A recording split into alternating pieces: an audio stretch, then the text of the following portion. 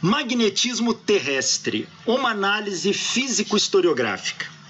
Neste seminário, nessa palestra aqui, eu vou abordar o que é o magnetismo terrestre, também chamado de geomagnetismo. Vamos falar um pouquinho da sua história, como que começou a descoberta desse magnetismo, como que evoluíram os conceitos a respeito dele e os processos de medição. E vamos falar de uma análise física a respeito do campo magnético da Terra e as interferências externas. Bom, o que é magnetismo? Magnetismo, grosso modo, é aquela propriedade que certos materiais têm de atrair ferro para junto de si. O termo magnetismo surgiu lá na Grécia Antiga, numa região chamada Magnésia, que hoje é a Turquia. Naquela região, as montanhas têm um minério que os pastores iam ali com um cajado de ferro e essas pedras aparentemente atraíam o cajado. Então, essas pedras ficaram conhecidas como magnetitas, pedras da região da Magnésia. Estas pedras, como essa que está aqui no slide, ficaram muito conhecidas naquela região. E para os gregos antigos, essas pedras tinham uma personalidade própria.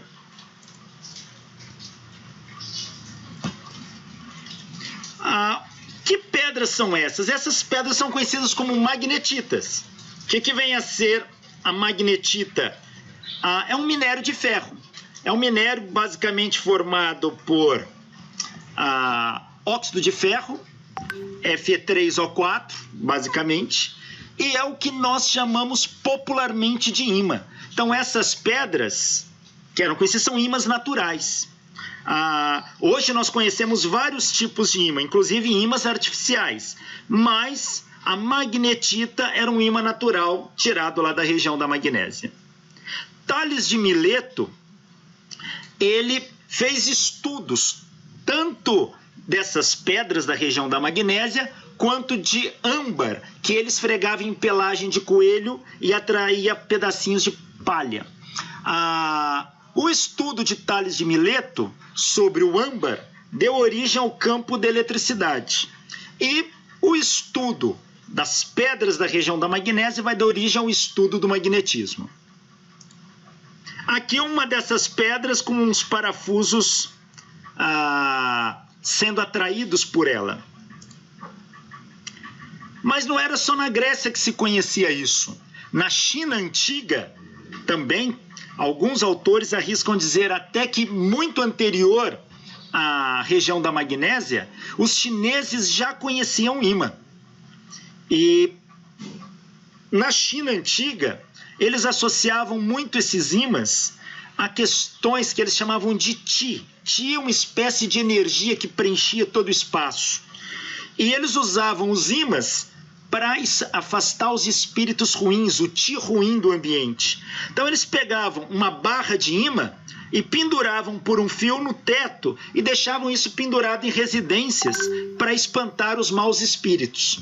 Então os chineses já conheciam isso. E algum chinês esperto reparou que quando você pendura o ímã pelo fio, esse ímã tende a rotacionar. Mas uma hora ele para. E normalmente ele para alinhado com o eixo norte-sul do planeta Terra. E é a partir desse princípio que os chineses vão construir a bússola. Essa bússola mais antiga, ela aparece já no século II a.C. Ela era feita com uma colher aqui, ó, imantada sobre uma prancha. Tá aqui, ó. Isso era uma bússola primitiva. Isso vai dar origem à bússola moderna. O astrônomo budista Yi Xin, ele mostrou que a bússola não apontava exatamente para o norte, mas ela sofria um pequeno desvio em relação ao norte geográfico. Esse desvio é o que nós chamamos hoje de declinação magnética. No ano 720 depois de Cristo, Yi Xin já havia detectado a declinação magnética, que o alinhamento com o eixo norte-sul da Terra não é perfeito, não é paralelo, está inclinado. Mas, se a gente voltar para a Europa, Pierre de Maricourt de Foucault, um pesquisador francês, em 1296 ele faz um tratado chamado Epístola de Magnete, onde ali ele faz um tratado sobre ímãs. E aparece a nomenclatura de ímã. O lado do ímã que aponta para o norte geográfico da Terra chama-se Polo Norte do ímã. O lado do ímã que aponta para o sul geográfico da Terra chama-se Polo Sul do ímã. E Pierre de Maricourt apresenta para a gente o ímã com dois polos, um polo norte e um polo sul. O polo norte do ímã aponta para o norte geográfico da Terra. O polo sul do ímã aponta para o sul geográfico da Terra. E Pierre de Maricourt, também conhecido como Pedro Peregrino, ele tenta separar esses polos, cortando o ímã ao meio. E o que ele nota? Que os polos são inseparáveis. Quando você ao meio, cada pedaço dá origem a um novo ímã com dois polos norte e sul. Então, os polos de um ímã são inseparáveis. William Gilbert, que foi médico da Rainha da Inglaterra, no século XVI, ele vai fazer um estudo sobre como que a bússola se orienta na Terra. E ele conclui, ele constrói até um dispositivo chamado Terrela, que era uma terra em miniatura com várias bússolas grudadas nela. E com isso ele consegue traçar como que essas bússolas se comportam em volta da Terra. E ele vai falar que em volta da Terra existe um campo de força que atrai a agulha da bússola. Esse campo de força mais tarde vai ficar conhecido como campo magnético. E para William Gilbert, isso só acontece porque a Terra é um gigantesco ímã. Então, a primeira pessoa a afirmar que a Terra se comporta como um ímã é William Gilbert. Bom, se a Terra se comporta como um ímã, a gente precisa entender melhor o comportamento de ímãs. O ímã, então já sabemos, tem dois polos, norte e sul. A região do espaço em volta do ímã é formada pelo campo magnético do ímã. E esse campo magnético é visualizado por linhas de força. Quando você joga limalha em volta do ímã, você vê que elas se acumulam nos polos norte e sul, e formando arcos que vão de norte para o sul. Aqui temos várias figuras como esta aqui. Olha. Aqui a gente está vendo um ímã em forma de ferradura. Aqui o polo norte vermelho, polo sul azul. As linhas de força vão do norte para o sul. O sentido delas é convencional. A gente olhando aqui não sabe para onde que elas vão. Então adotou-se que elas saem do norte, do polo norte do ímã, e vão para o polo sul do ímã. E aqui elas fazem a mesma coisa. Ó, aqui dá para ver bem. Vão do norte para o sul. Esta região do espaço em volta do ímã, onde eu colocar um pedaço de ferro, ele vai ser atraído pelo ímã, a gente chama de campo magnético. E a gente pode o campo magnético. Aqui estão as linhas de força do campo magnético. Na verdade, o termo correto não é linha de força, e sim linha de campo. São linhas do campo magnético, tá? A gente usa o termo linha de força para campo elétrico. Para campo magnético, o nome correto é linha de campo. E aqui estão as linhas de campo. Elas saem do polo norte e entram no polo sul de um ímã. Para William Gilbert, a Terra é um gigantesco ímã.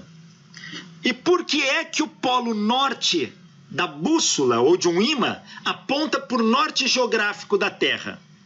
Porque no norte geográfico da Terra tem um polo sul magnético. E no polo sul geográfico da Terra tem um polo norte magnético. É como se a Terra fosse um gigantesco ímã, onde o polo norte magnético se encontra no sul geográfico e o polo sul magnético se encontra no norte geográfico. As linhas do campo magnético da Terra vão do polo sul geográfico para o polo norte geográfico. Esse é o modelo de William Gilbert. E Pierre de Maricourt já havia mostrado para a gente que polos de mesmo nome no ímã se repelem. Polos de nomes opostos no ímã se atraem. Se eu aproximar um polo norte de um ímã do polo norte de outro ímã, se repele. Se eu aproximar o polo sul de um ímã do polo sul de outro ímã, se repele. Agora, se eu aproximar o polo norte de um ímã do polo sul de outro ímã, se atrai. Então, a Terra se comporta como um gigantesco ímã. E a declinação magnética, ela está associada aqui, olha. Se esse aqui é o eixo de rotação da Terra, ó, se esse é o eixo de rotação da Terra, e aqui o eixo do ímã,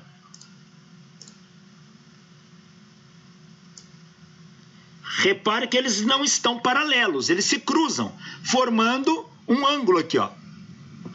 Este ângulo θ é o que nós designamos de declinação magnética.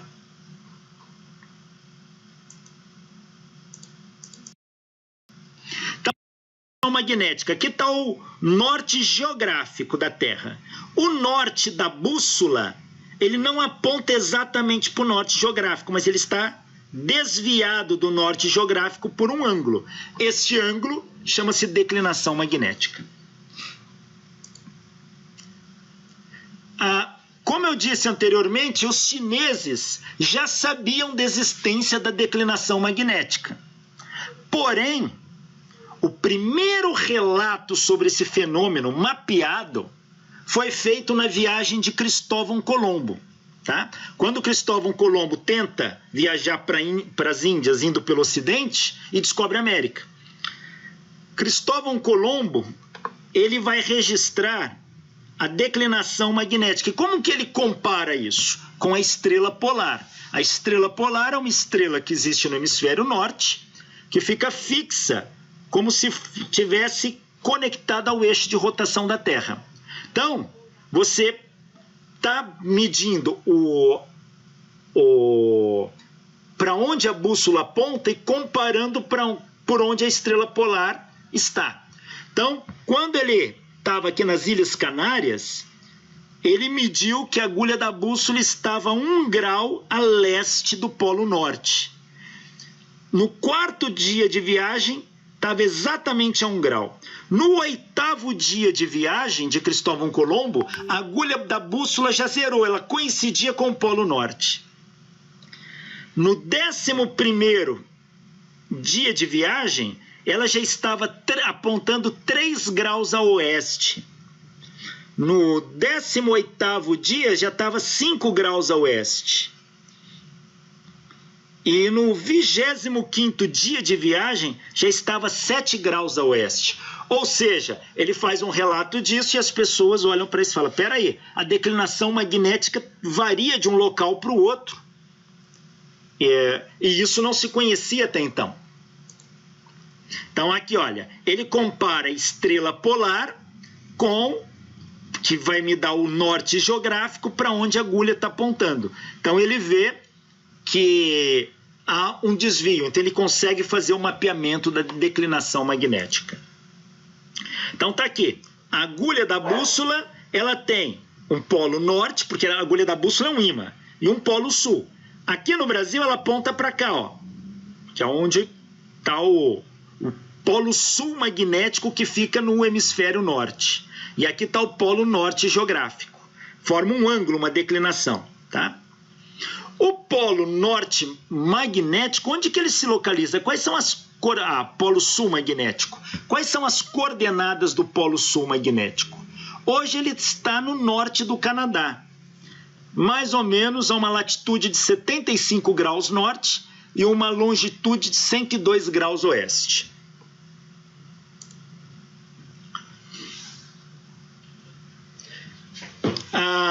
Apesar de Colombo ter feito o mapeamento da declinação magnética, bem, quem vai propagar a ideia da variação da declinação magnética da agulha da bússola vai ser Gellibrand, que ele vai comparar com medidas anteriores e vai fazer um estudo mais detalhado disso.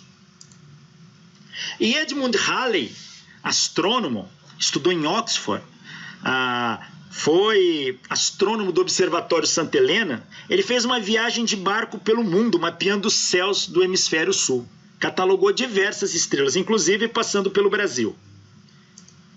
E, na sua viagem, Halley também mapeia a declinação magnética a bordo do navio. E ele faz medidas bastante precisas, inclusive em latitude sul, que não existiam medidas. Ele mapeou o campo magnético de 1698 até 1700. Aqui temos um mapa mundi, onde neste mapa aqui de cima nós vemos a distribuição geográfica de observações da declinação magnética, que são esses pontinhos pretos aqui, olha, medida, navio em diferentes épocas, de 1590 a 1690. Então, durante 100 anos, mediram as declinações magnéticas aqui. E no mapa de baixo, medidas feitas de 1890 a 1990. Tem muito mais medidas feitas em épocas mais recentes. Bom, então o magnetismo da Terra já se sabia que ele existia. A bússola se orienta dentro do campo magnético da Terra. Este campo, que é conhecido como campo geomagnético. Campo magnético da Terra ou campo geomagnético. Vamos pular para a história da eletricidade. Bom, Tales de Mileto havia descoberto que o âmbar, que é uma resina fossilizada de árvore, quando esfregado em pele de coelho, em pelo de coelho, atraía pedacinhos de palha. Âmbar, em grego, se pronuncia elétron. Daí vem o estudo da eletricidade e a origem da palavra eletricidade, era entender as propriedades do âmbar. Mas vai ser só no século XVII para o século XVIII que a gente vai vincular as propriedades do âmbar a um conceito de carga elétrica. E Dufour vai descobrir uma lei que diz que cargas de mesmo sinal se repelem e cargas de sinais opostos se atraem. A gente está vendo menino brincando com um bastão eletrizado, está atraindo outro bastão aqui, olha. E aqui dá para ver uma repulsão. Então, neste caso aqui, eles têm cargas iguais e aqui cargas opostas. Bom, até o início do século XIX, o estudo da eletricidade e do magnetismo eram coisas muito distintas. O magnetismo interessava mais aos marinheiros, aos mágicos e aos curandeiros. Se fazia muitos tratamentos utilizando-se de ímãs e coisas assim. A eletricidade não, ela vinha num ritmo crescente com os pesquisadores da área que nascia então chamada física. Eu falo nascia o nome, né? Porque o estudo dela é secular, para não dizer milenar. Mas o nome física vai aparecer a partir do século XVIII também. Então, eletricidade e magnetismo não se misturavam. Até que aparece um físico holandês, na verdade dinamarquês, chamado Hans Christian Ørsted. Ørsted acreditava que existia alguma relação entre eletricidade e magnetismo, mas ele não sabia qual era. Então, o que Ørsted fez? Ele vai pesquisar e ele vê, olha, cargas elétricas de mesmo sinal se repelem, cargas elétricas de sinais opostos se atraem, polos de ímã de nomes iguais se repelem, polos de ímã de nomes opostos se atraem. Ele fala, tem uma similaridade, deve ter alguma correlação. E um dia, ele dando uma palestra, ele fez uma coisa que um cientista não deve fazer, improvisar. Mas ele teve uma ideia na hora e falou que iria provar que eletricidade e magnetismo estão correlacionados. E o que ele fez? Ele pegou uma bússola, tinha aqui uma campânula, bússola aqui dentro, aqui a agulha da bússola. E aqui ele passou um fio, ele fez isso na hora da palestra, sobre a bússola, ligado a uma bateria. Um interruptor. E ele acreditava, falou, quando ele virar a chave, o interruptor aqui, o que vai acontecer? Quando ele ligar essa chave, uma corrente vai fluir aqui. E se ele tivesse certo, isso deveria mexer a agulha da bússola. E ele fez isso em público durante a palestra. E para surpresa dele, absolutamente nada aconteceu. Nessa época o público era muito passional, jogava até cadeira no palestrante se algo desse errado. O povo foi embora, saiu, e ele teve a feliz ideia de mudar a posição da agulha da bússola. Ele fez assim. Agora ele colocou a agulha da bússola paralela ao fio. Veja, não há contato da agulha com o fio. A agulha tem uma tampinha de vidro, o fio passa por cima. E o fio, ele fez assim.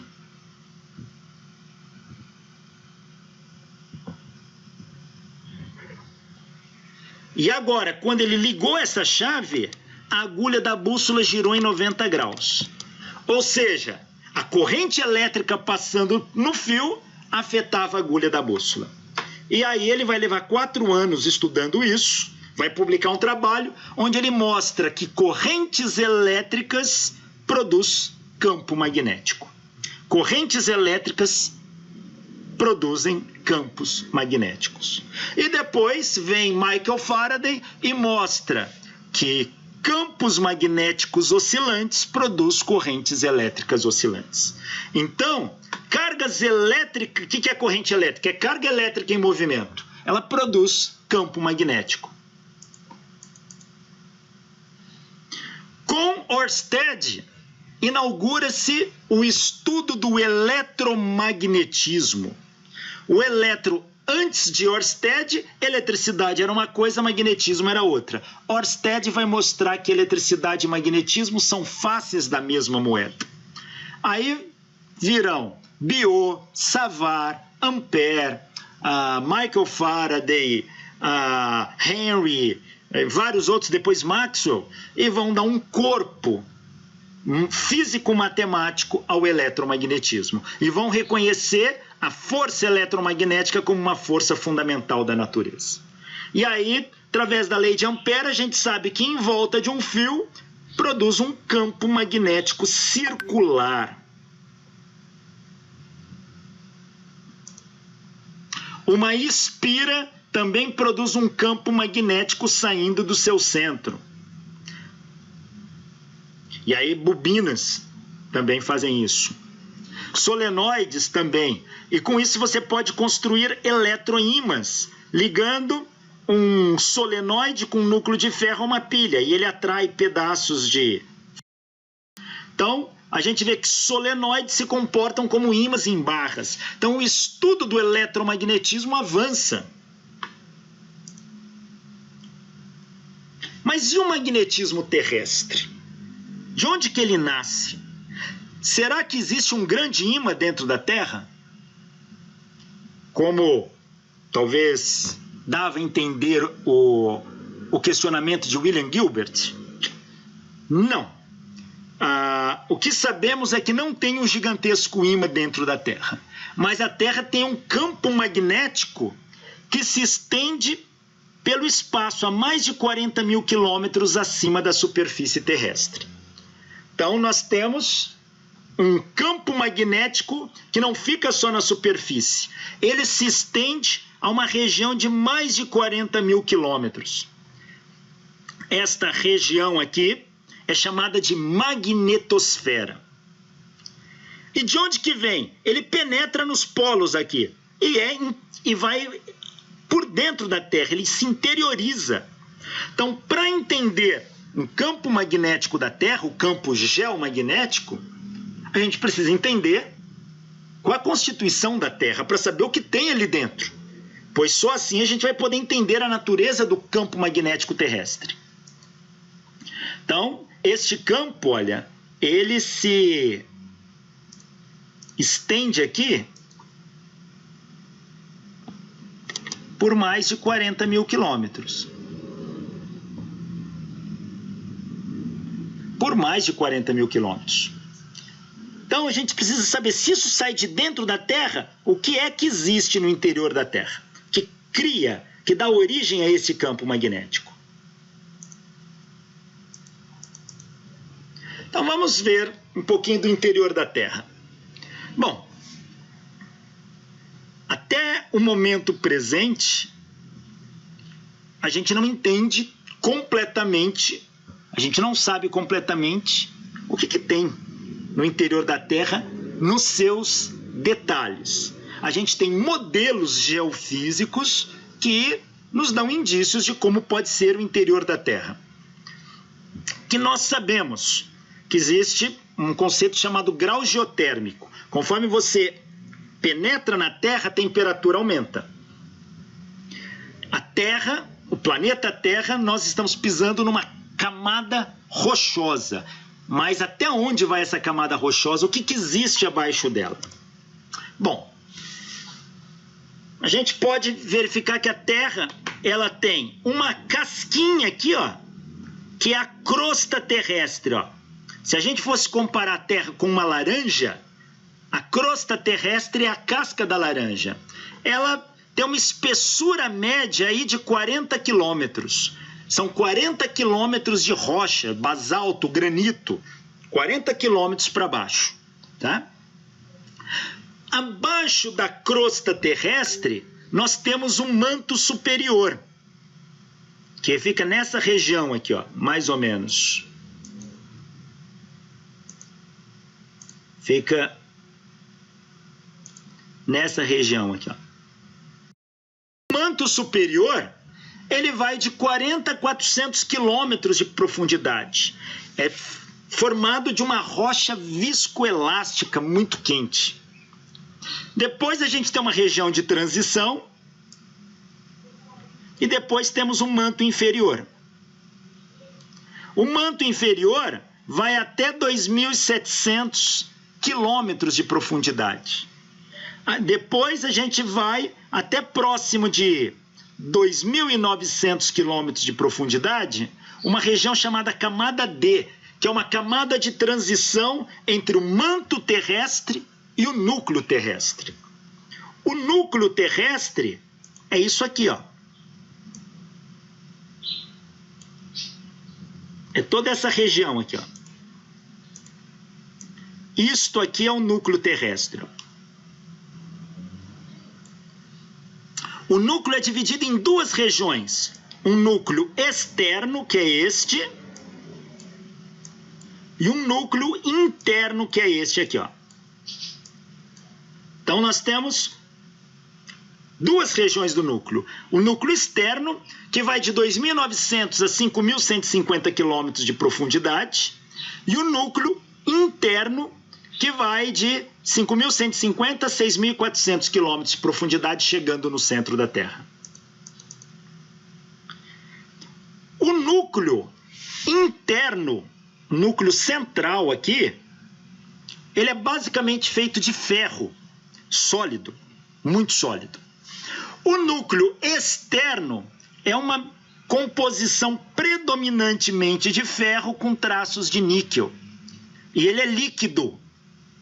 O manto é rochoso, viscoelástico, tem uma reologia própria, onde o material plástico, elástico em algumas regiões, tá? Com uma característica de altíssima viscosidade, que pode escoar pensando como um fluido altamente viscoso. Como que a gente sabe que tem um núcleo líquido? Através de análise de ondas sísmicas. Ondas sísmicas, ondas de terremoto, por exemplo, elas são... A gente pode colocar em duas categorias, existem outras. Ondas S e ondas P. As ondas primárias e as ondas secundárias. As ondas S, ocorre um terremoto aqui, muitas vezes você não consegue medir do lado oposto da Terra essa onda. ela sofre desvios aqui, ou ela não chega. Por quê? Porque ela é uma onda longitudinal. Uma onda transversal, desculpa, uma onda transversal. Ondas transversais não se propagam em líquidos. As ondas P são ondas longitudinais, e ondas longitudinais se propagam em líquido. Então, uma onda P atravessa de fora a fora. Então, a gente começa a mapear e a gente vê qual região onde que pode ser líquida, onde não pode ser líquida. Então, temos aqui um corte em escala, um núcleo sólido de ferro, um núcleo líquido de ferro e níquel, um manto e a crosta, tá? Abaixo da crosta, nós temos, abaixo aqui da litosfera, região mais rochosa, nós temos uma camada chamada astenosfera, que é uma camada líquida pastosa de alta viscosidade, formada basicamente pelo magma, que é aquilo que sai do vulcão, que ao sair passa a se chamar lava. O núcleo terrestre, lá no centro, chega em temperaturas próximas de 5.800 graus Celsius. E o núcleo líquido fica entre 3.000 e 4.000 graus Celsius. Está aqui a crosta continental e aqui o manto abaixo da crosta. Tudo isso aqui é sólido, tá? Aí depois que vem a astenosfera, que é a camada mais líquida pastosa. Então temos aqui, ó, a crosta, o manto superior, o manto inferior, o núcleo externo e o núcleo interno.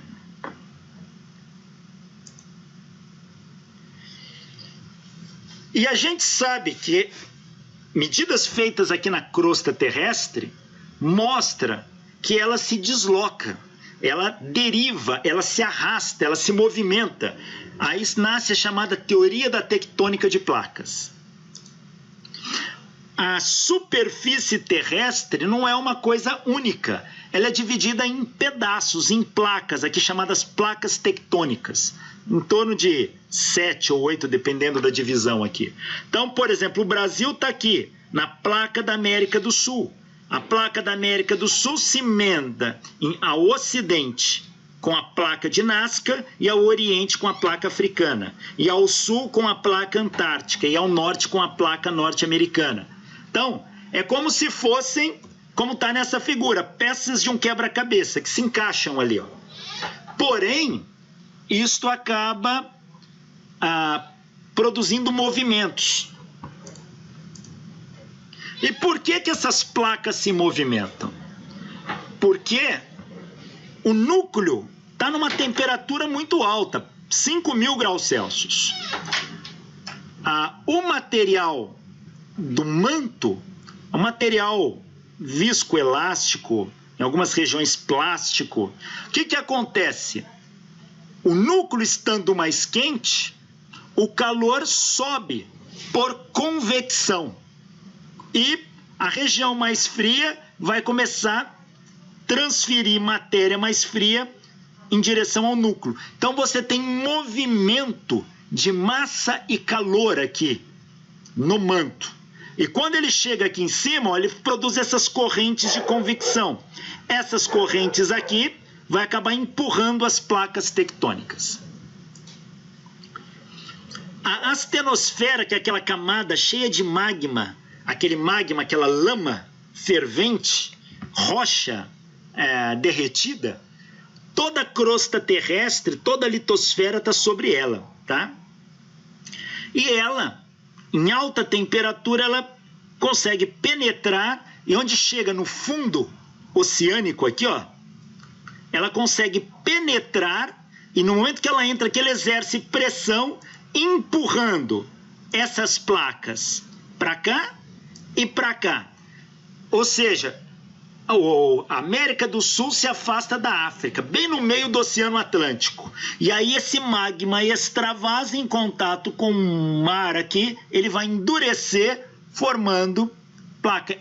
A América do Sul se afasta da África uma média de 2 centímetros por ano. Então, o planeta Terra é dinâmico, não é uma coisa estática, parada. Claro que perceber mudança no aspecto dos continentes pode levar milhões de anos. Então tá aqui, olha, ascensão do magma penetra aqui no meio do Oceano Atlântico e empurra a placa da América do Sul para a esquerda e a placa africana para a direita. Aqui é preenchido com magma, em contato com o oceano ele vai endurecendo, formando a cordilheira mesoceânica, aqui no meio dos 2 continentes. Então a gente vê isso muito bem aqui, ó. Então, os continentes vão se transformando pouco a pouco.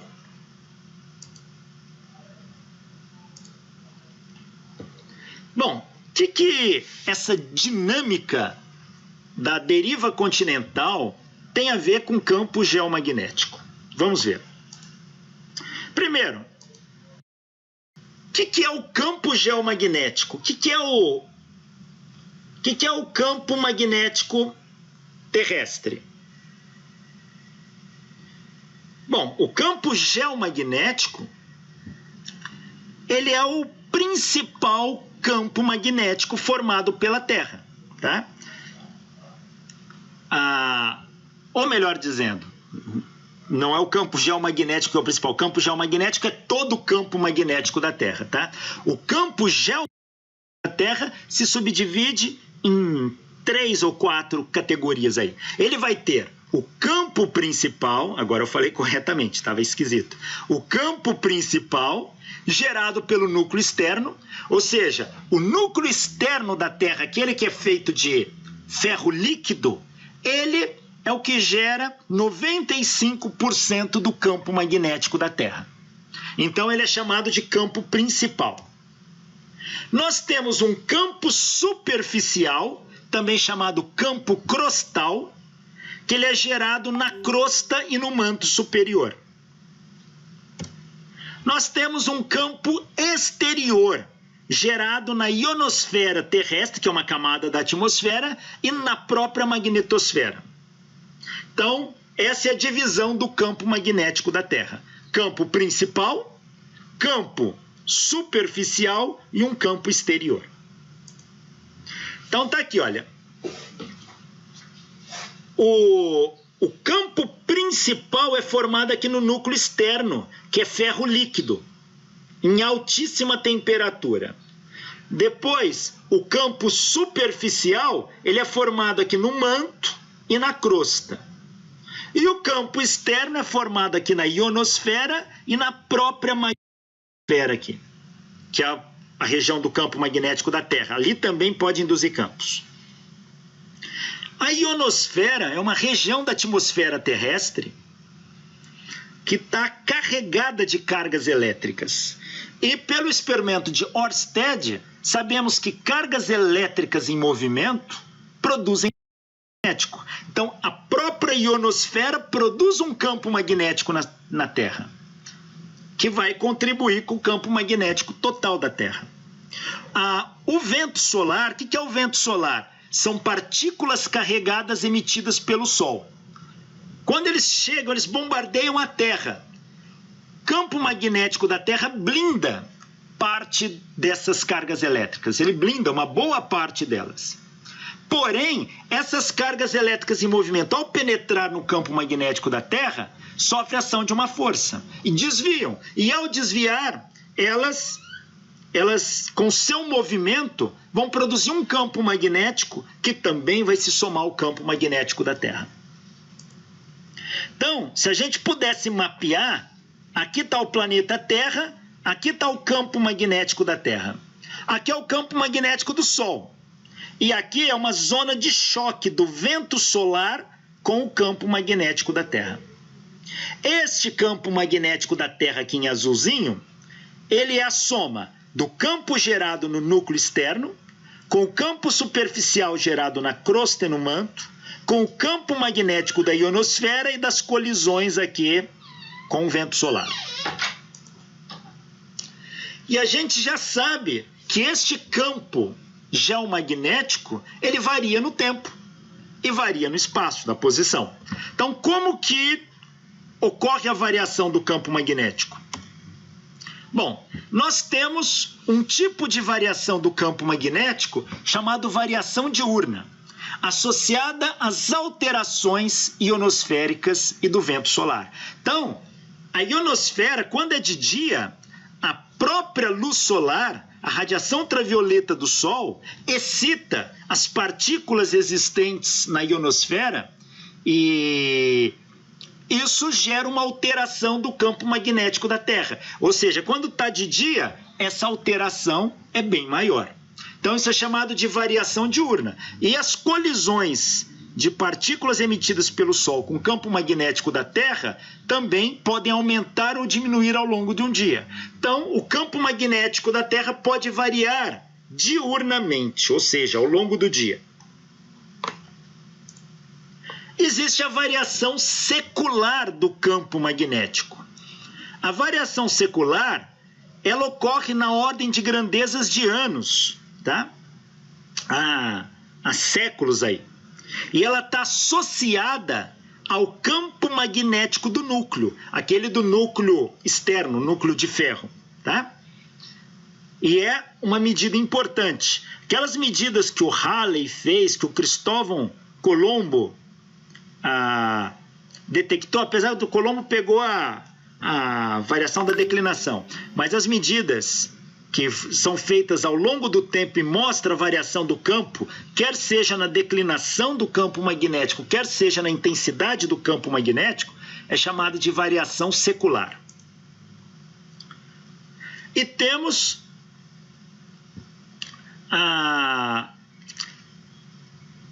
as variações mais longas. Aqui está errado, isso aqui não faz parte. Isso aqui entrou aqui de gaiato, isso aqui não faz parte, tá?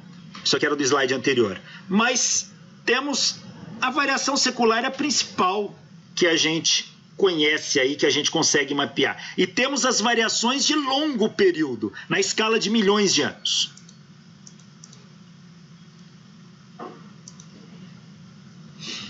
Vamos falar da variação secular.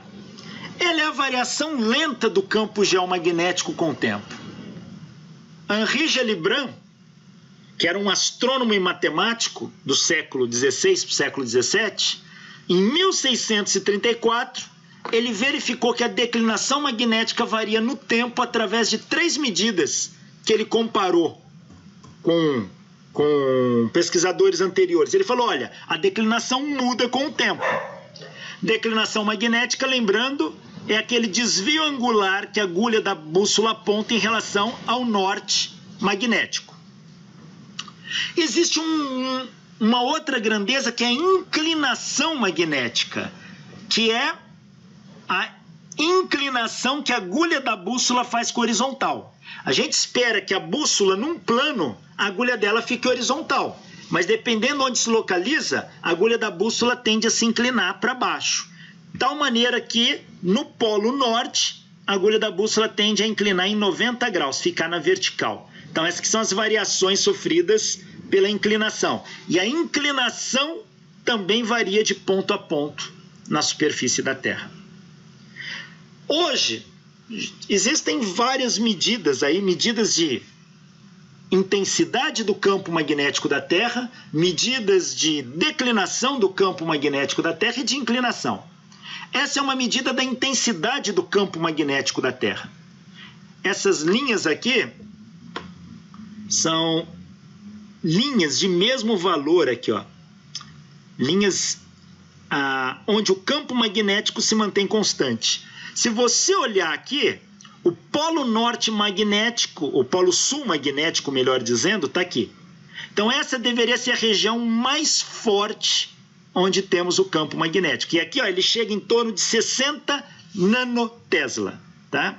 60 nanotesla. Mas se você olhar nesse mapa, a região da Sibéria aqui, ó, está chegando a 62. Isto foge do padrão esperado. Isto é chamado de anomalia magnética. Então aqui nós temos uma anomalia magnética. O campo aqui está ficando mais forte que do polo magnético. E a gente precisa pesquisar o que é que está acontecendo aqui. Outra anomalia, chamada anomalia magnética do Atlântico Sul. Bem aqui no Atlântico Sul, mais precisamente sobre o Brasil, ó, nós temos o campo magnético mais fraco que existe. Por que que isso acontece aqui? Então, isto ainda é motivo de estudo. Daqui a pouquinho a gente comenta sobre essas anomalias. Aqui uma carta de inclinação do campo magnético. Como que a agulha da bússola se inclina? E aqui um mapa de declinação magnética. Então, hoje nós temos isso bem mapeado. Aqui a declinação. E aqui um mapa, num único quadriculado, declinação por inclinação. E a gente vê, olha, medidas em 1600, 1650, 1700, 750, 800, 850, 900, até 1950. Olha como a declinação em relação à inclinação, olha, está mudando de posição. Mostra uma coisa, o campo magnético terrestre varia, tá? Varia ao longo do tempo. E aqui medidas do campo magnético feitas em 2015. Olha aqui sobre o Brasil, que essas unidades aqui devem estar em Gauss, tá? Deve estar em Gauss, não. Isso aqui geralmente é nanotesla, que é 24 nanotesla, tá? Olha. O Brasil, aqui sobre o Brasil, temos o campo mais fraco. E aqui sobre a Sibéria está ficando o campo mais forte. São anomalias. E aqui, como que o Polo Norte, o Polo Norte geográfico está aqui. E como o Polo Magnético, que aqui no caso seria o Polo Sul Magnético, ele muda de posição ao longo do tempo. Olha, no ano 700 estava aqui, 800 aqui, 900, 1000, 1100, até que 1980 ele está aqui, ó, e continua andando. Só que medidas mais recentes têm mostrado que a posição como ele muda está sendo cada vez mais rápida. Para entender essas medidas e garantir que essas medidas são precisas, a gente precisa fazer um estudo mais aprofundado dos registros disso. Como que se registram essas coisas? E o campo de estudo que determina estudar o magnetismo antigo do planeta Terra, para saber como que era na antiguidade, é chamado de paleomagnetismo. Paleomagnetismo. Veja, como que a gente sabe como que era o campo magnético há 1000 anos atrás, há 10 mil anos atrás? Como que a gente sabe para onde que apontava o campo magnético? Será que alguém foi ali e registrou? Não. Nem bússola se conhecia nessa época. Ou talvez até campos, registros mais antigos, antes mesmo do homem existir. A gente tem esses registros. E como que a gente sabe disso? Bom, a gente estuda as rochas. As rochas registram a direção do campo geomagnético como se fossem agulhas de bússolas imantadas. Então veja, aqui eu tenho uma representação de um corte do planeta Terra. Esta linha vermelha é o meridiano magnético. E esse aqui é o equador magnético. Veja, a agulha da bússola, ela se inclina aqui, ó. Conforme eu vou mudando de posição, olha como a agulha da bússola vai se comportando. Imagine que eu pudesse, numa dada época, congelar essa posição aqui. O tempo passa, o campo aqui vai mudar para outro canto. Mas se eu congelar essa posição, eu sei que nesta época o campo estava assim. E isto, congelar como? É endurecer, não deixar mais essa agulha se mexer. É isso que a gente faz com rochas. Veja, as rochas, muitos materiais têm, muitas rochas têm elementos magnéticos dentro dela. Minerais como magnetita, peridotita, hematita e várias outras aí, E veja, esses minerais têm uma susceptibilidade magnética relativamente alta. Então, elas funcionam como se fossem agulhas de bússola. Se tiver uma rocha que tem um mineral deste, quando essa rocha estava se formando, essa rocha estava derretida. Então, esses minerais estavam nadando ali. Conforme essa rocha vai esfriando lentamente, esses minerais vão se alinhando com o campo magnético da Terra daquela época. Quando a rocha endurece, ela congela, ela segura, aprisiona. Bom, desculpem a todos, mas vamos dar continuidade. Caiu energia aqui bem no meio da palestra. Eu estava falando sobre a questão das rochas durante a sua formação. A rocha tem minerais que são magnetizáveis, ou seja, eles se orientam no campo magnético. A rocha, por exemplo, uma rocha ígnea, quando ela está quente, os minerais estão soltos ali. Conforme ela vai esfriando, esses minerais vão se alinhando com o campo magnético da Terra. E ao se alinharem com o campo magnético da Terra, eles vão parando porque a rocha vai endurecendo. E no momento que a rocha endurece totalmente, o que é que vai acontecer? Aqueles minerais ficam orientados na direção do campo daquele momento em que a rocha se formou. Ou seja, no momento que a rocha se forma, aqueles minerais ficam alinhados, como se fossem agulhas de bússola, mas todas paradas na mesma posição do campo. Veja, nós temos rochas que contêm suscetibilidade, ou materiais, não só rochas, né? Mas materiais que têm susceptibilidade magnética negativa, são chamados materiais diamagnéticos. Nós temos materiais com susceptibilidade magnética positiva, são os materiais paramagnéticos. E temos materiais com susceptibilidade muito alta e que, quando você aumenta o campo, o vetor indução magnética satura num ponto. E quando você reverte o campo, tem um retardo chamado esterese. São os materiais ferromagnéticos. Os minerais magnetizáveis, eles funcionam como se fossem agulhas de uma bússola. Os átomos que o compõem têm um momento de dipolo magnético não nulo ali que se orienta num campo magnético externo.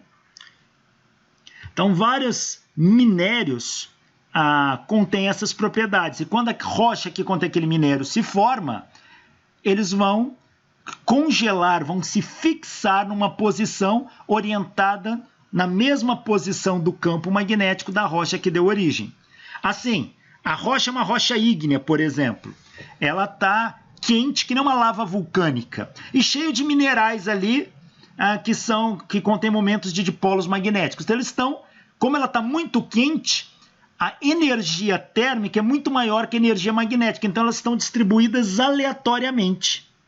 Conforme essa rocha vai resfriando, a energia térmica vai diminuindo e a energia magnética passa a dominar. E como tem um campo magnético externo, esses dipolos magnéticos internos dos minerais vão se orientando com o momento de dipolo magnético externo. Aí a rocha esfria e endurece, isso fica congelado dentro da rocha. Então, quando eu pego para analisar uma rocha, se eu sei geologicamente de que época que ela é, se eu levar para o laboratório e determinar o alinhamento desses spins aqui, eu vou saber para onde que apontava o campo magnético. E pela densidade desses spins, eu vou saber até qual era a intensidade do campo magnético na época em que a rocha se formou. Bom, é claro, a gente sabe que existe uma temperatura a partir do qual o material deixa de ser ferromagnético. Essa temperatura é chamada temperatura Curie. Tá? E para cada material vai ter sua temperatura Curie aqui. Para magnetita, próximo de 600 graus Celsius, a magnetita já deixa de ser magnetizada. A hematita acima de 700 e assim por diante. Então, quando a rocha ígnea estava em formação, esses momentos de dipolo não tinham energia o bastante para se alinhar com o campo magnético da Terra. Quando a rocha começa a esfriar, eles se alinham. Então é isso. Tem aqui um spin, um momento de dipolo magnético de um mineral qualquer dentro da rocha. Se o campo magnético está de baixo para cima, ele se alinha. Se é de cima para baixo, ele se alinha conforme a rocha foi esfriando. Então, os estudos de paleomagnetismo pegam rochas, analisam, descobrem geologicamente de que época que é isso, e pelo alinhamento eles sabem para onde que apontava o campo magnético da Terra na época, e pela densidade aqui dos alinhamentos, qual era a intensidade deste campo magnético. Então, imagina que o campo magnético tivesse nessa direção que está aqui essas flechinhas em vermelho. Então é certo que todos os spins atômicos aqui dessas rochas vão estar alinhados nessa direção. No fundo do mar, lá no leito oceânico também, existem partículas que se alinham com o campo magnético da Terra. Então elas se alinham e isso aqui endurece. Lembra que o magma extravasa no leito oceânico, lá na dorsal mesoceânica ali, no meio do Oceano Atlântico? Quando aquela magma endurece, ele congela os spins ali na mesma posição do campo magnético, quando ela endureceu. Arqueomagnetismo é o estudo do campo magnético e associado a objetos arqueológicos quando esses objetos foram construídos. Então, por exemplo, uma cerâmica, quando ela foi construída, ela tem partículas magnetizadas. Isso aqui foi colocado num forno quente, derretido. Quando isso vai esfriando, as partículas aqui também se alinham com o campo magnético da Terra. E aí se congelam quando a cerâmica endurece. Porém, no caso da cerâmica, não dá para a gente determinar qual era a orientação do campo magnético.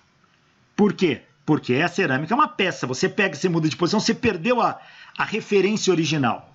Porém, dá para você determinar a densidade do campo magnético de quando aquela cerâmica foi feita. Mesmo pinturas em cavernas, pinturas rupestres que têm tintas com materiais magnéticos, isso também é aplicado. Então, a datação, a partir da direção da magnetização gravada na rocha, é o campo de estudo do paleomagnetismo.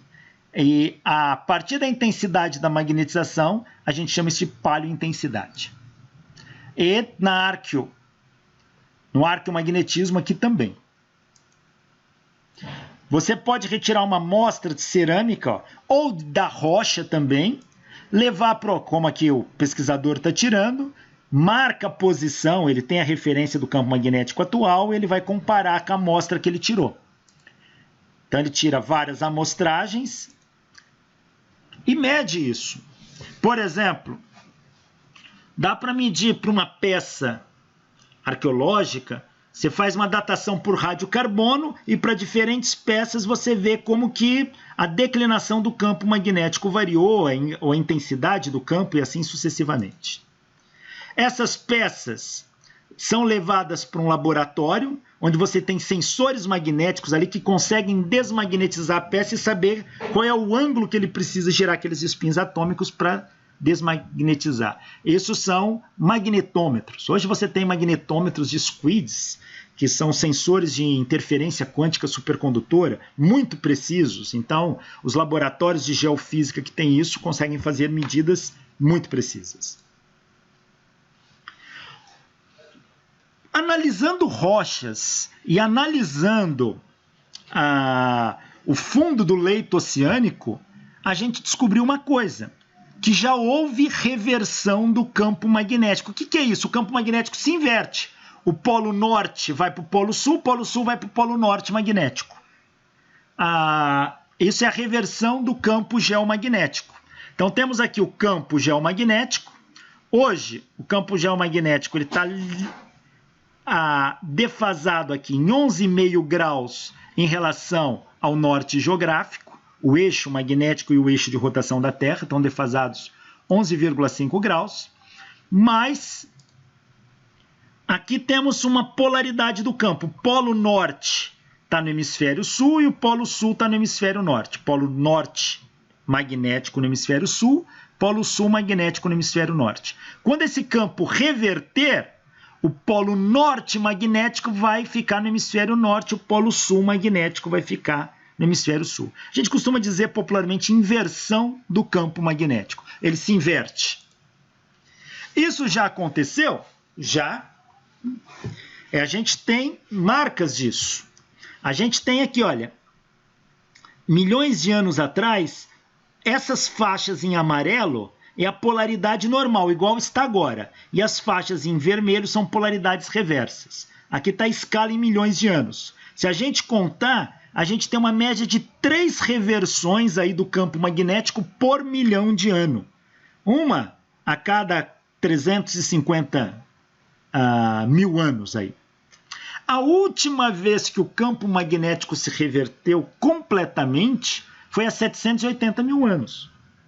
Então, muitos pesquisadores acham que o campo magnético da Terra ele está na iminência, ou na iminência não, porque é uma coisa que estaria para acontecer hoje, né? Mas está nas vésperas aí de sofrer uma reversão.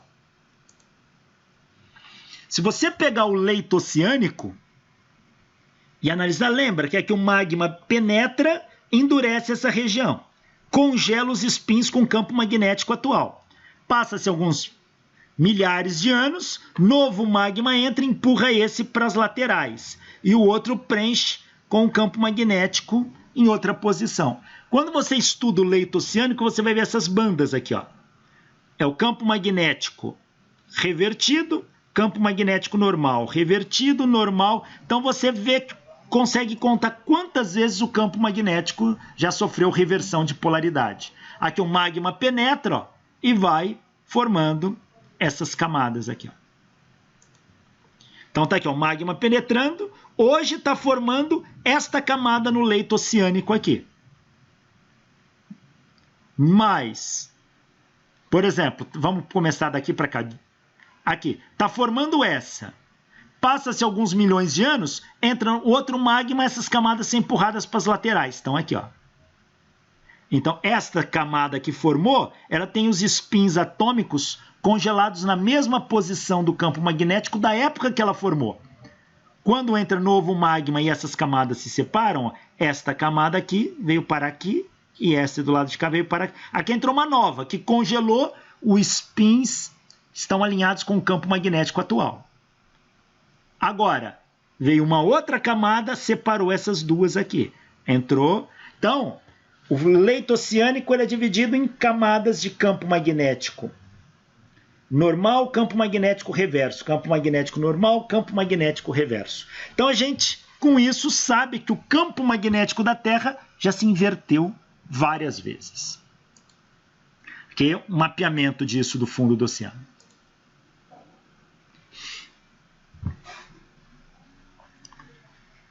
Bom, se o campo magnético da Terra já se inverteu várias vezes, a pergunta que a gente faz é: o que causa o campo magnético da Terra? A gente sabe que ele vem lá do núcleo, vem também de uma região mais superficial, vem da ionosfera, mas o que causa o campo magnético da Terra? É conhecido como teoria do geodínamo. Veja, o principal campo magnético da Terra vem do núcleo externo, que ele é líquido. Líquido em alta temperatura. Então aqui existem correntes de convecção. O quente sobe, o frio desce. Além disso, tem rotação da Terra. Como o núcleo é mais interior, devido à conservação do momento angular, o núcleo gira com uma velocidade diferente da crosta. Então, você tem, além disso, rotação da Terra. E isso aqui está cheio de cargas elétricas. E sabemos que cargas elétricas em movimento produz campo magnético.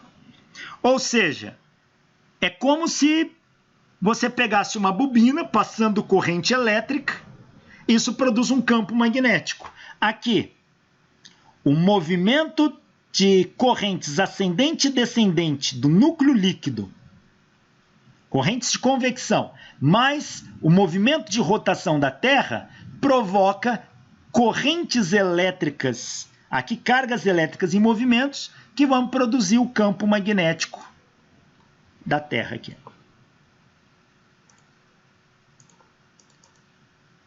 Então as correntes de convecção, o que é quente sobe, o que é frio desce, ocorre lá. Se tem carga elétrica, elas têm esse movimento também. Então vai acontecer dois tipos de campos se formando lá no núcleo. A corrente que sobe e a corrente que desce vai levar a carga para cima, a carga para baixo, vai formar correntes com polo norte-sul, formando um campo magnético dipolar, ou seja, poloidal, como a gente diz, formado desta maneira aqui, ó. Mas a rotação da Terra também produz correntes circulares, produzindo um campo magnético não dipolar, mas um campo magnético toroidal. A soma desses dois campos vai dar o campo magnético da Terra. Então, veja, o campo magnético da Terra está dentro daquele material líquido, ou se pegar parte do manto, dentro de uma parte viscoelástica, viscoplástica ali. Então imagina que eu tenho uma corrente de material ascendente e eu tinha uma linha de campo aqui, ó, que passava daqui para cá. Quando essa corrente sobe, ela deforma o campo aqui, levando o campo consigo. Aí a Terra gira produzindo esses laços, essas torções. E muitas dessas torções podem produzir um fluxo magnético ao longo dos polos, um fluxo magnético poloidal. E outros vão produzir fluxos magnéticos toroidais. Então a dinâmica dentro do núcleo é bastante complexa. Então se a gente pudesse ver as linhas de campo dentro do núcleo, olha, assim, agora rotaciona isso, elas vão gerar essas torções, ó. Isso aqui é chamado dínamo alfa-ômega. E tem toda uma teoria usando magnetohidrodinâmica para tentar entender o que está acontecendo aí com essas linhas. Mas você teria correntes de convecção, você teria rotação da Terra com essas cargas elétricas em movimento. Isso aqui seria responsável pelo campo magnético da Terra, o campo magnético principal da Terra. Aqui as linhas de campo, ó, formando laços, formando espiras, olha. E modelagem computacional, simulação dinâmica computacional, usando magnetohidrodinâmica, tentando entender como que as linhas do campo se torcem, formam laços. Então aqui com polaridade normal, ó.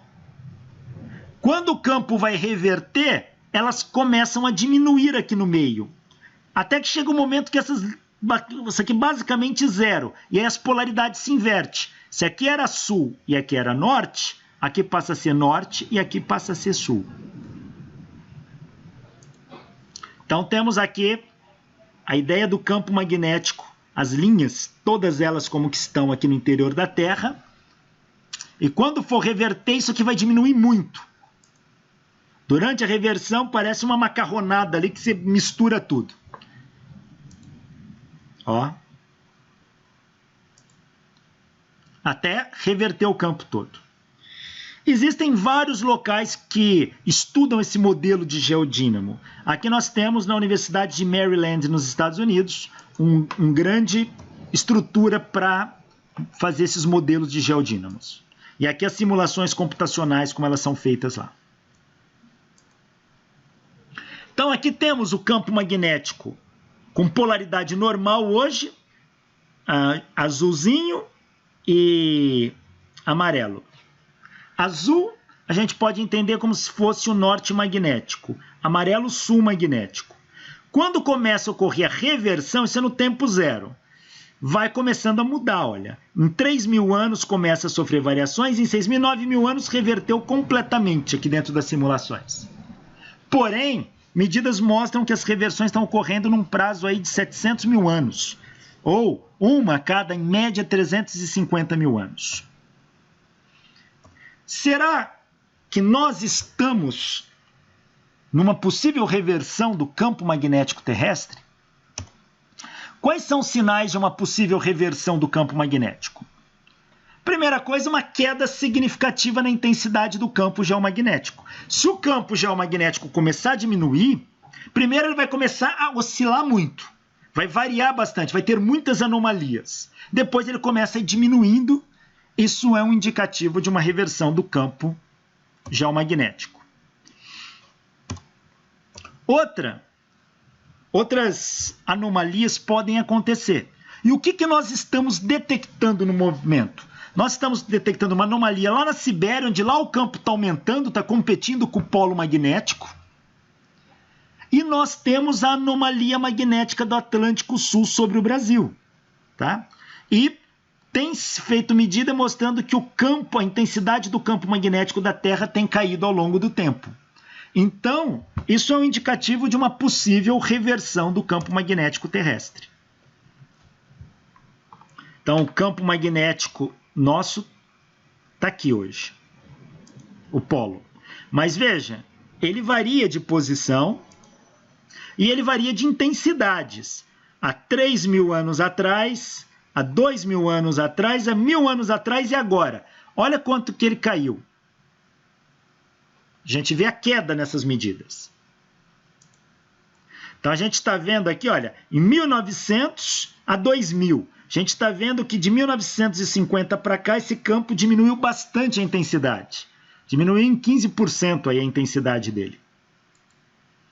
E aqui nós estamos vendo uma anomalia magnética aqui, olha, sobre o Atlântico Sul. Tá aqui, ó. Esse AMAS, anomalia magnética do Atlântico Sul sobre o Brasil. É a região com menor campo magnético da Terra.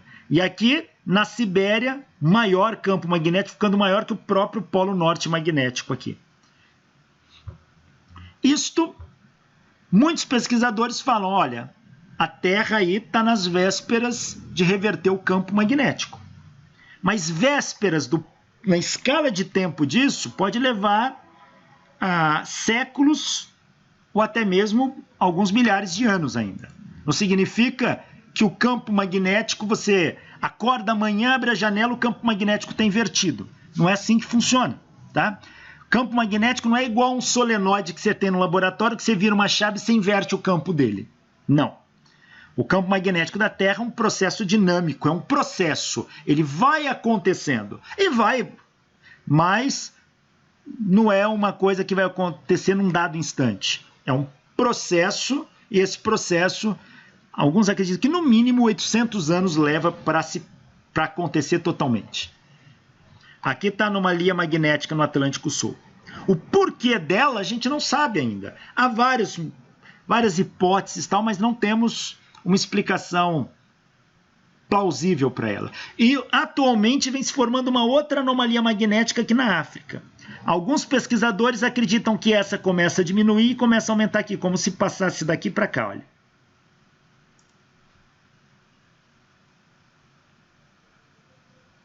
Bom, quais os riscos de uma anomalia magnética ou de uma reversão total do campo geomagnético? O que isso implica?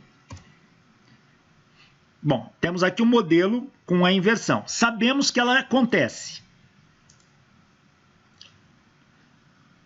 Já sabemos que a intensidade do campo geomagnético vem diminuindo nos últimos 2.000 anos. Nos últimos 150 anos, ela caiu em torno de 10% do seu valor aí. Então, será que nós estamos perto de uma inversão de polaridade? A gente não sabe, como eu disse, quanto tempo demora uma inversão. Pode levar 1.000 anos ou até 28.000 anos para tudo isso se completar. Mas a gente não sabe em que momento desse processo a gente também está. Quais as consequências?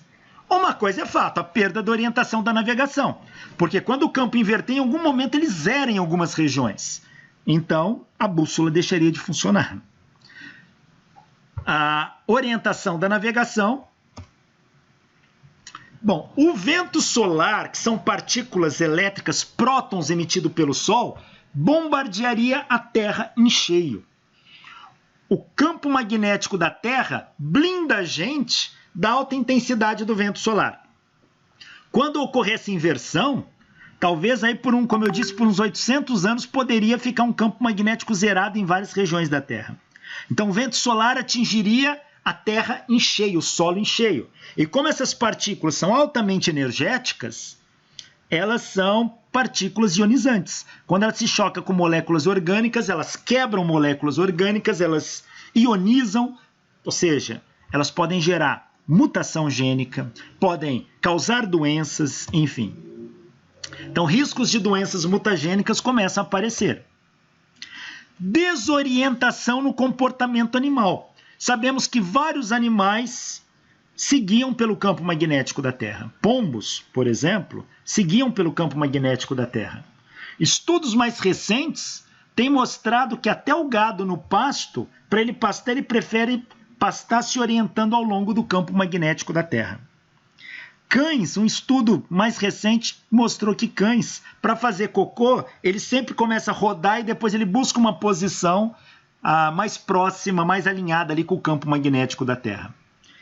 Acredita-se que se ocorrer uma reversão dessa, várias espécies migratórias podem ficar tão desorientadas que ela pode levar à extinção de muitas espécies. Alterações climáticas vão ocorrer, obviamente. Radiação solar mais intensa vai penetrar no planeta Terra. Então, riscos de extinções de espécies vão acontecer. Mas não como aquilo que se coloca em filmes, tá? Onde tá tudo bem, no dia seguinte os passarinhos começam a bater em janela. Aquilo ali tem muito de licença poética. Não sabemos se ocorreria daquela forma. Como eu disse, é um processo, talvez um processo muito mais lento. Isso já aconteceu outras vezes. Veja, a Terra tem campo magnético dipolar, Júpiter tem, Saturno tem, Urano tem, Netuno tem. Agora, Marte tem um campo magnético muito mais fraco que o da Terra. Muito mais fraco que o da Terra. E mais irregular. Não sabemos todos os detalhes, mas as hipóteses se você olha a superfície de Marte, é uma superfície seca, desértica. Mas tem regiões ali que no subsolo pode conter água, mostrando que no passado Marte já pode ter tido até um oceano. Nós temos evidências de rios na superfície de Marte, secos, mas evidências geológicas. E o que pode ter acontecido com Marte? Ele tinha um campo magnético. O campo magnético blinda a atmosfera da radiação solar, do vento solar. Por alguma razão, o núcleo líquido de Marte se congelou, se endureceu. E Marte perdeu o campo magnético dele que tinha. Ou seja, não há mais aquele dinamismo devido à rotação, as cargas entrarem em movimento. Perdeu. Ao perder o campo magnético, a interação do vento solar com a atmosfera de Marte foi pouco a pouco arrancando átomos da atmosfera de Marte jogando para o espaço, deixando uma atmosfera ultra rarefeita, diminuindo a pressão sobre o sistema, evaporando mais as águas dos oceanos de Marte. E essas águas também se chocando com o vento solar, evaporando e sendo perdidas para o espaço. Então, essa é uma hipótese que pode ter acontecido com Marte. A magnetosfera é a região ao redor da Terra que é influenciada pelo campo magnético da Terra. Tá? Então, a magnetosfera está aqui. O campo magnético da Terra, ele varia aqui, 30 mil nanotesla até 60 mil nanotesla. Olha aqui uma variação em intensidade. Aqui, uma figura representando a Terra, o campo magnético da Terra, o campo magnético do Sol e o vento solar se chocando com a magnetosfera terrestre. Ela funciona como um escudo para o planeta Terra. Então, temos aqui, olha, uma onda de choque e o escudo para a magnetosfera terrestre. Então, aqui nessa ilustração a gente vê também, olha que bonito. E repare uma coisa, o vento solar ele não consegue penetrar, ele se arrasta aqui. E ele deforma a magnetosfera do lado oposto ao Sol, formando que nem uma cauda, olha. Então, parece que o planeta Terra ganha uma cauda de linhas do campo magnético. Então, o Sol tem uma grande ação sobre a magnetosfera terrestre. Vamos ver o efeito dessa atividade solar. Aqui o Sol, ele tem manchas na sua superfície. São chamadas manchas solares. Então, são isso aqui, olha. E essas manchas, elas acontecem numa região onde a temperatura da superfície do Sol é um pouco menor. E o que sabemos hoje, que são regiões de bolsão de aprisionamento de campo magnético.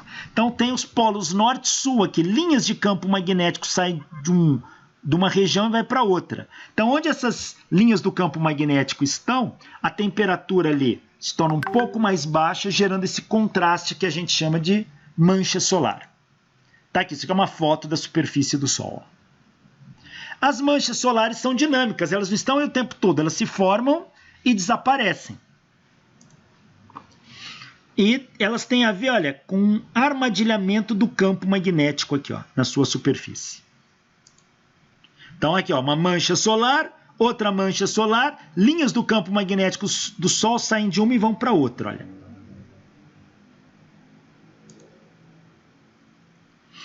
Como o Sol tem rotação, essas manchas também vão girar em volta do Sol, mas elas vão mudando de posição e tamanho. Em algumas épocas, elas desaparecem, quase que por completo. Depois elas voltam, tem um ciclo. Elas têm um ciclo de aparecer e aumentar muito, atingindo o maior número de manchas a cada 11 anos. Tá aqui fotos das manchas solares.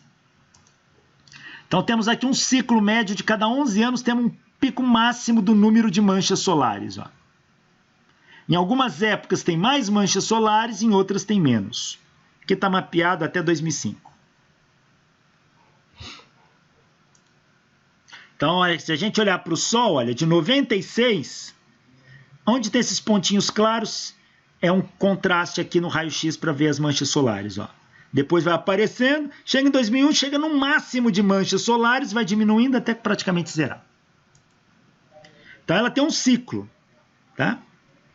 Um ciclo médio a cada 11 anos. Aqui uma mancha solar bem ampliada e a Terra aqui em escala para a gente ter uma noção do tamanho. Então, está aqui o Sol. Sol, quando tem essas manchas solares na superfície do Sol, a gente nota também muitas explosões solares formando essas protuberâncias gigantescas aqui, ó. Então, esses chamados flares, esses chamadas proeminências, acontecem muito intensamente quando aparecem muitas manchas solares. Então temos aqui, olha, o Sol, e aqui estamos vendo uma dessas explosões, ó. Isso aqui é um material que é jogado de um lado para o outro e ele caminha através dos campos magnéticos das manchas solares. O Sol tem uma propriedade interessante. A superfície do Sol tem 5.000 graus Celsius, quase 6.000, tá? A superfície. Se você sai da superfície do Sol e se afasta, você vai entrando na atmosfera solar, a temperatura vem caindo. 4.000 graus Celsius, 3.000, até que você vai chegar numa atmosfera bem rarefeita aqui, chamada coroa solar. Então você está 4.000, 3.000 graus Celsius. Quando você entra na coroa solar, que é muito rarefeita, alguma coisa acontece. A temperatura sobe para 1 milhão, 2 milhões de graus Celsius. E a gente não entende direito o que acontece aqui. Por isso que os eclipses são importantes. Não é o fenômeno do eclipse, os astrônomos não estudam tanto por causa do eclipse em si. Porque isso já é bem conhecido. É que o eclipse é um dos poucos momentos que a Lua tampa o Sol e a gente enxerga a coroa solar e dá para fazer medidas nela. Tá? E é nessa região da coroa que a temperatura sobe para 1 milhão de graus Celsius. Então, para estudar o Sol, a gente tem que criar hoje um eclipse artificial. Sondas como SOHO fazem isso. Aqui temos o Sol emitindo jatos de matéria para o espaço, os streamers. E isso aqui vem, ó, atravessa a coroa solar. O material da coroa solar é arremessado para o espaço. Temos plumas que a gente vê aqui, olha. na superfície do Sol e ela sempre acompanha linhas do campo magnético. E aqui os flares são tremendas explosões solares que ejetam para o espaço uma grande quantidade da coroa solar. Isso aqui é chamado de ejeção de massa coronal. Aqui temos uma explosão, ó, dá para ver aqui, ó, gigantesca. Aqui outras, olha. Aqui é a atmosfera do Sol. Ó. Aqui a gente vê material do Sol sendo ejetado e entrando de um lado, acompanhando as linhas do campo magnético. Ó. Mapeia o campo magnético bonitinho. Aqui idem. Aqui também. Então, a gente vê a superfície do Sol cheia de laços magnéticos. E as ejeções de massa coronal. Olha essa proeminência aqui, o tamanho dela e a Terra em escala. Que é a mancha solar que se forma. Aqui outras explosões. E a gente vê modelo de onda se propagando na superfície do Sol. Ela não é sólida, ela é um fluido, um plasma. Então, você tem ondas. Se a gente pudesse existir na superfície do Sol, deve ser um local muito barulhento. E esse material ejetado está cheio de partículas carregadas, sobretudo prótons. Isso forma o vento solar que atinge a Terra. E esse vento solar que empurra a cauda do cometa contra o Sol. Se o cometa está aqui, o vento solar empurra a cauda para trás. Se o cometa está aqui, para cá. E assim, sempre a cauda do cometa ela está contra o Sol. Ó, aqui a gente vê a cauda do cometa. Repara que ele tem duas caudas, essa mais nítida e uma ralinha aqui. Ó. Em outra fotografia a gente vê nitidamente as duas caudas. Uma de matéria e outra de gás aqui ionizado. É o vento solar que empurra essa cauda para trás. Lembrando que vento solar não é vento de ar, mas sim feixes de partículas carregadas que o Sol emitem para o espaço sideral. Cada explosão dessa aqui emite muitas partículas para o espaço. Aqui nós temos uma região com emissão de vento solar. E a Terra recebe essas ondas de vento solar que se chocam contra a sua magnetosfera. Bom, se o vento solar é formado basicamente de prótons, e a gente sabe lá do eletromagnetismo, quando uma carga elétrica penetra num campo magnético, ela sofre ação de uma força e tende a ser desviada. Se o campo magnético for uniforme e a velocidade da carga também, essa carga descreve um movimento circular. Agora, se o campo não for uniforme, essa carga descreve um movimento helicoidal.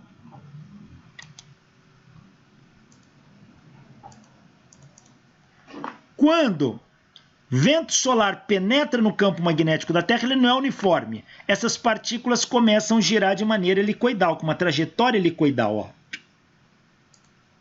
E elas começam a acompanhar as linhas do campo magnético. Como o campo é mais forte nos polos, essas cargas são levadas em direções aos polos, ou norte ou sul.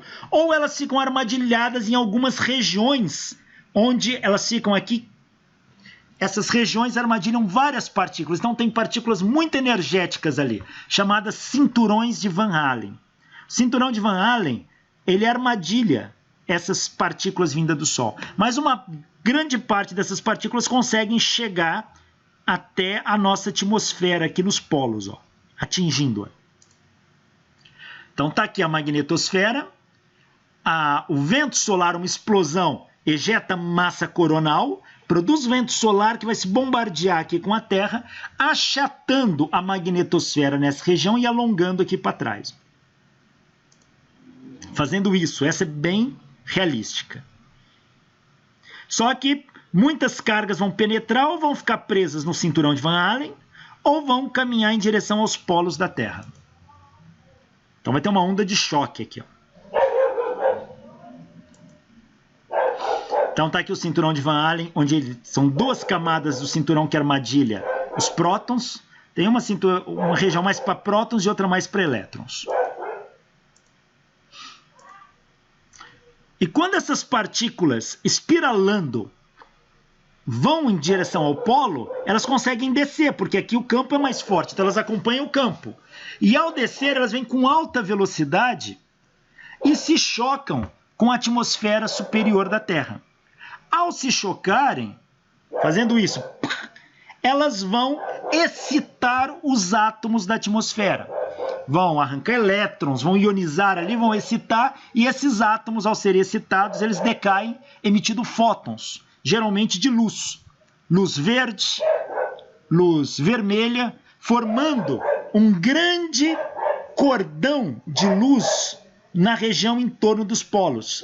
Essas cortinas de luz são chamadas auroras. Se ocorrem no polo norte da Terra, no hemisfério norte, é a aurora boreal. No hemisfério sul, a aurora austral. Então, essas são a formação das auroras. Então, vem pela excitação. Essas cargas se chocam com átomos, excitam, e esses átomos. Oxigênio emite tanto luz vermelha como luz verde, dependendo da energia dessas partículas. O nitrogênio, basicamente, luz vermelha. Existem outras luzes também. Então, olha, essas nuvens aqui são auroras, olha. E a aurora, olhando aqui no polo, olha, a aurora, ela não forma numa região, ela forma um anel em torno do polo. Então, todo mundo que estiver nesta região aqui vai enxergar. Ó, ela se forma aqui, olha. Olha aqui nesta animação. Fica vendo.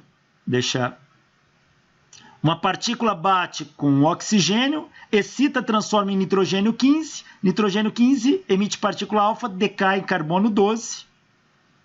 Esse excita em nitrogênio 13, vai para carbono 13, pois... E assim por diante. E essas excitações vão emitir luzes. Então, essas formam as auroras. Olha que bonito. Que é a região de formação da aurora. Essa foi no dia 6 de abril de 2000. Ocorreu... Veja, então a formação da aurora boreal está vinculada diretamente ao choque de partículas do vento solar com a atmosfera terrestre. Então, quanto maior for as explosões solares, mais colisões com a atmosfera terrestre o vento solar vai ter, mais partículas vão ser levadas na região dos polos, mais vai ionizar a atmosfera e mais auroras vão se formar. Então, a aurora é um indicativo da atividade das explosões na superfície do Sol. No dia 6 de abril de 2000, ocorreu a maior tempestade geomagnética desde 1986. Outra similar ocorreu em 31 de março de 2001. Essas observações são feitas com satélites, tá? 30 de outubro de 2003, ocorreu uma tempestade geomagnética que durou 24 horas, vinda de uma explosão solar em 28 de outubro. A ejeção de massa coronal que a gente vê aqui, ó, viajou com uma velocidade de 8 milhões de quilômetros por hora. Em 4 de novembro de 2003, ocorreu essa maior explosão já registrada aqui. O Júpiter também tem magnetosfera, tá? Outros planetas também pode ter.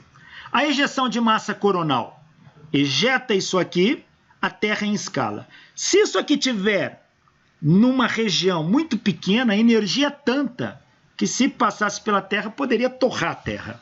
Mas, felizmente, isso tende a se espalhar pelo espaço. E só uma fração disso atinge a Terra.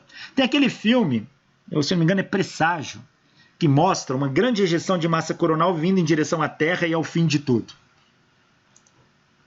Aqui uma ejeção, uma explosão, ocorreu em 18 de dezembro de 2005 e aqui a Terra em escala para comparar. Ó. Aqui, em 2005 também essa explosão, olha só. Isso aqui é o satélite Sorro, ele tampa o Sol, a gente só vê a explosão aqui. Ó. Outras explosões, imagina isso. Aqui a gente vê, olha, nitidamente. Aqui está o tempo, ó, das 9 da manhã vai até o meio-dia essa filmagem. Então, aqui a gente vê uma ejeção de massa coronal e a estrutura helicoidal dela. Pode ver que ela está toda retorcida aqui, ó, formando uma hélice. E essas explosões solares, o campo magnético da Terra, ele é uma blindagem para isso. Mas nem sempre ele dá conta. Quando as explosões são muito intensas, não forma só aurora. Nem aurora boreal, nem aurora austral. Muitas dessas partículas conseguem atravessar o campo magnético e atingir o solo. Ao atingir o solo se torna, em algumas regiões onde atingida, momentaneamente condutor. E torres de transmissão que estão aterradas ao solo, obviamente, elas acabam... aquilo acaba deixando de ser um terra e acaba sendo um ponto com potencial que vai causar descarga nessas torres, podendo gerar curtos-circuitos em torres. Como essas torres estão ligadas ao transformador, isso sobrecarrega o transformador. E esses transformadores podem queimar, tá? Esses trafos que tem aí. Então, isso já aconteceu, já foi registrado, foi documentado, estudado e associado diretamente às explosões solares. Aqui, um transformador do Serviço Público de Eletricidade e Gás da usina nuclear de Salem, Nova Jersey, Estados Unidos. Tá? Esse transformador foi queimado após uma tempestade solar de 13 de março de 1989.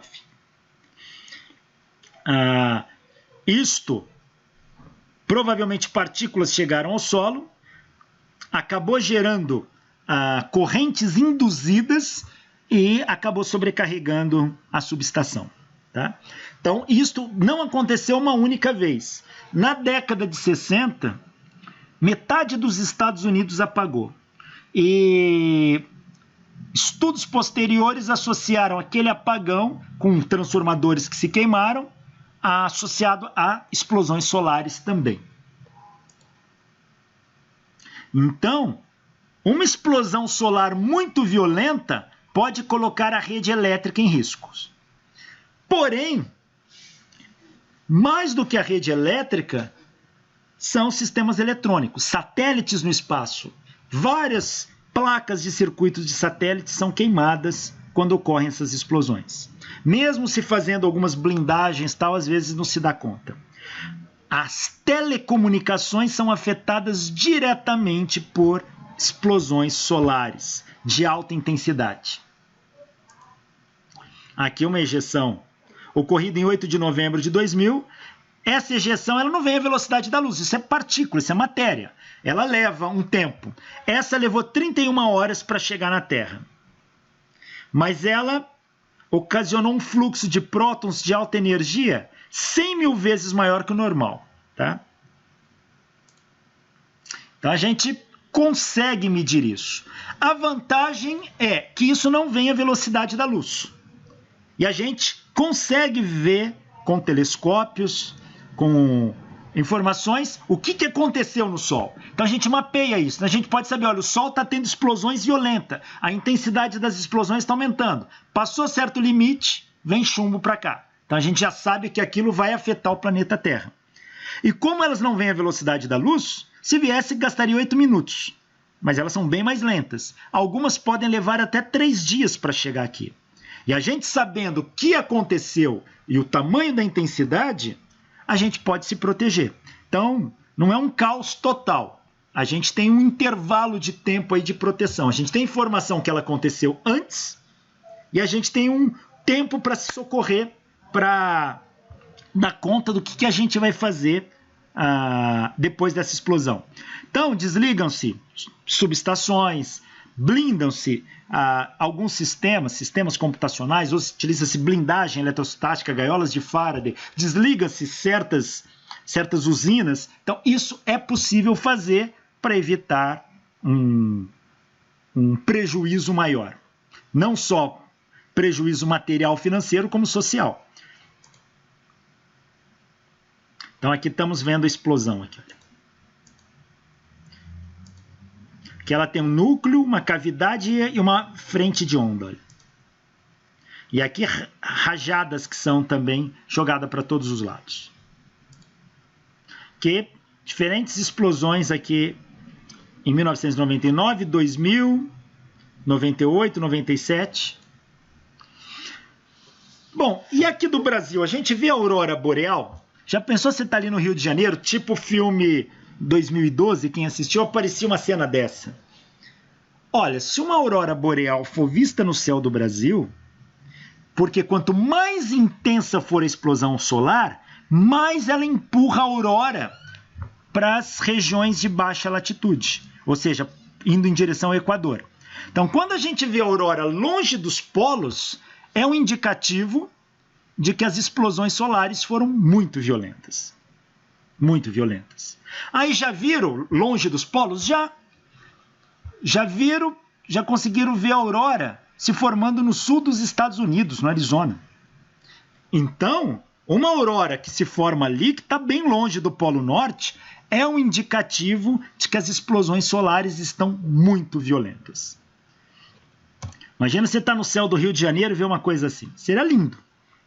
Mas você sabe que se chegar a acontecer isso, Rio de Janeiro aí tá bem próximo do Equador, então essa explosão seria violentíssima. Mas houve um evento chamado Evento de Carrington. Ocorreu no passado, no dia 1º e 2 de setembro de 1859. Começou a se formar auroras no nordeste dos Estados Unidos, no Caribe, e alguns registros indicam que no sul do Brasil apareceu a aurora. Coisa raríssima. Mas se isso aconteceu, quer dizer, as explosões solares estavam violentíssimas, conseguindo deformar o campo magnético da Terra, conseguindo penetrar em cheio. Mas isso foi em 1859. O que aconteceu? Os relatos são telegrafistas, que era o que se usava na época, tanto na Europa quanto nos Estados Unidos, começaram a levar choque o tempo todo. Os postes de telégrafo soltavam faíscas. E alguns telegrafistas, para não levar choque, desligavam os telégrafos da rede, desconectavam. E perceberam que os telégrafos continuavam funcionando do mesmo jeito. Ou seja, mesmo desconectado da rede, havia alguma fonte que estava induzindo isso. Isto foi detectado pelo astrônomo Carrington. Há uma quantidade de explosões solares imensas na época. Então, um dos primeiros indícios aí. Se fosse hoje, com certeza, dezenas e dezenas de satélites de comunicação teriam queimado. Várias subestações espalhadas pelo mundo, se ninguém desligasse isso a tempo, queimariam. Vários sistemas de rede, usando placas de circuito integrado, queimariam. Mesmo coisas aí, computadores e etc e tal, muitos queimariam. Sistemas de comunicação totalmente prejudicados. Sistema GPS fora do ar. Sistema de internet fora do ar. Ou seja, o mundo vira um caos. Mas a vantagem é que a gente teria de algumas horas a alguns dias para tomar providências. Então, não seria o fim do mundo, mas seria um caos enorme. Ainda bem que existe o campo magnético da Terra. Se o campo magnético da Terra não existisse, talvez nem vida teria surgido aqui. Tamanha radiação solar penetrando aqui, de partículas de alta energia. Então, o campo magnético nos protege. E um planeta que orbita uma estrela muito próxima dela tem que ter um campo magnético intenso para poder gerar alguma forma de vida biológica como conhecemos. Senão, você acaba destruindo tudo. A radiação é tamanha que nada se sustenta aí.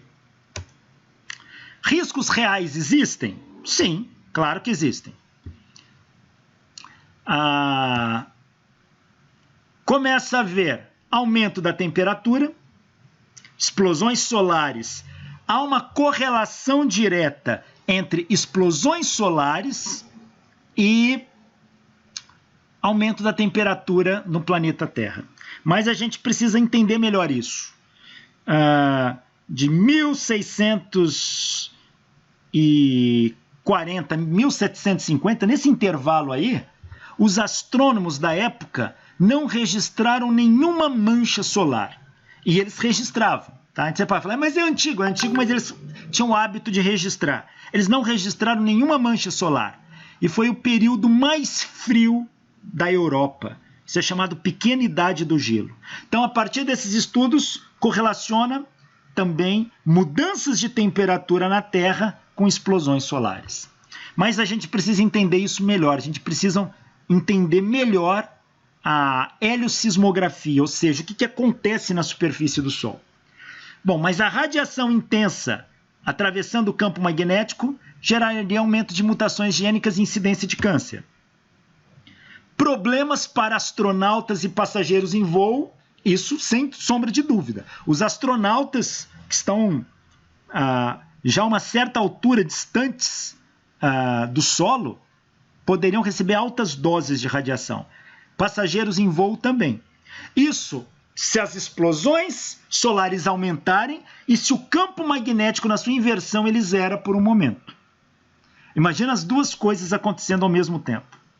Problemas em satélites, usinas e linhas de transmissão. Desorientação de diversas espécies animais, aves, morcegos, baleias, entre outros. Ou seja, isso causaria um caos. Mas não sabemos se isso seria o fim do mundo. Mas o homem teria que se adaptar. A gente tem um curto intervalo de tecnologia. Essa tecnologia eletromecânica vem do meio do século XIX. Tecnologia eletrônica vem do início do século XX. Tecnologia de nanoeletrônica vem do final do século XX e agora. Então, a gente está engatinhando nisso ainda. Nunca passamos por uma catástrofe solar, nunca passamos por uma inversão de campo com essa tecnologia em jogo. Então, a gente precisa ir estudando para saber como proteger tudo isso. E o principal indivíduo que precisa ser protegido de tudo isso, o ser humano. Porque não adianta só se preocupar com as tecnologias, a gente tem que proteger e nos proteger. Para isso, esses estudos são feitos intensamente por pesquisadores extremamente competentes no Brasil e fora. Bom, enfim, fim. Obrigado. Se tiverem perguntas, estou à disposição. Muito obrigado.